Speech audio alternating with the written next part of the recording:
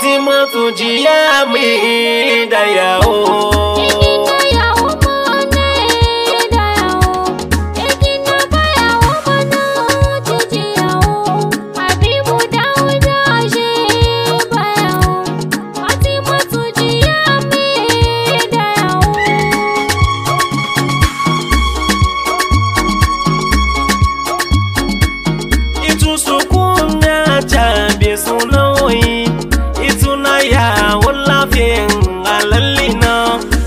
Jinji suna la fenga la muna te suna uiga mi chakuna na abibu dana waje bayao Fatima tunjiya che dayao yawo madana soga de zane bona yawo mai lu soga de zane bona yawo mai ji soga de chichine bona abibu dana waje bayao Fatima tunjiya che dayao yawo sondoji kando adini bebe ina yamitu doji kando adini bebe ina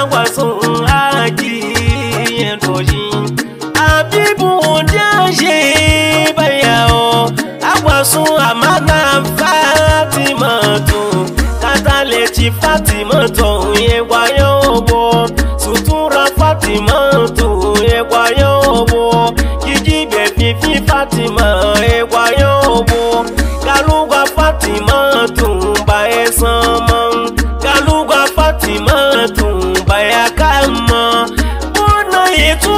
de gawadojo ibona yitu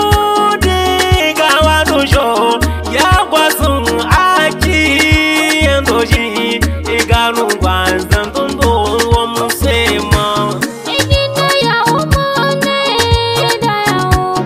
egina baya umana jeje yao habibu dauda je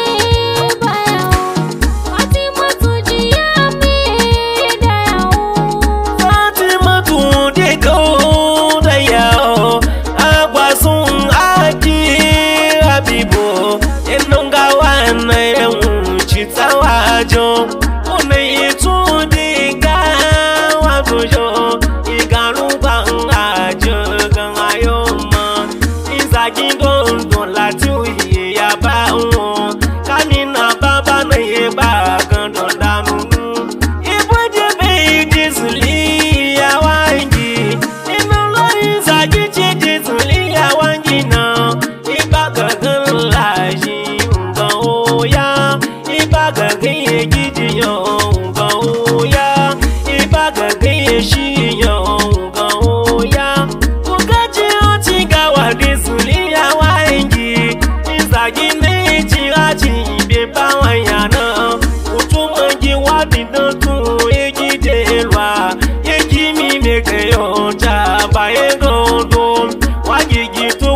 so pe gida giga ejimi mega ya won jabago dubo wajita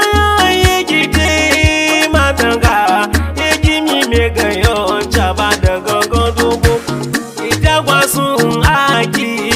yen doje idagwasun amanda yen doji ibide ba desuli ya waji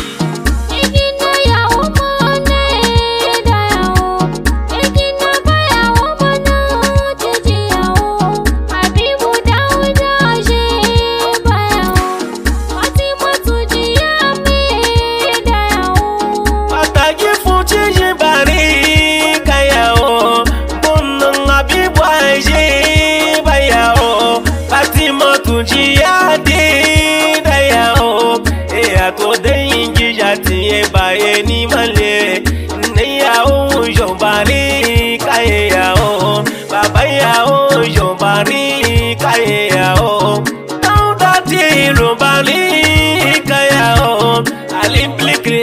babari kayao Muhammadi jiya dambo baba yan bayao Idilisu tilo baba yan bayao Wanya ishina atifa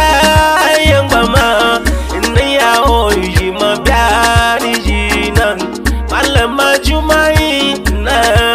yao Malama talato na yao Malama mokwadabo na yao Ejigida yao yangbe mache lafa Ejigiji yao yangbe mache lafa Abibuda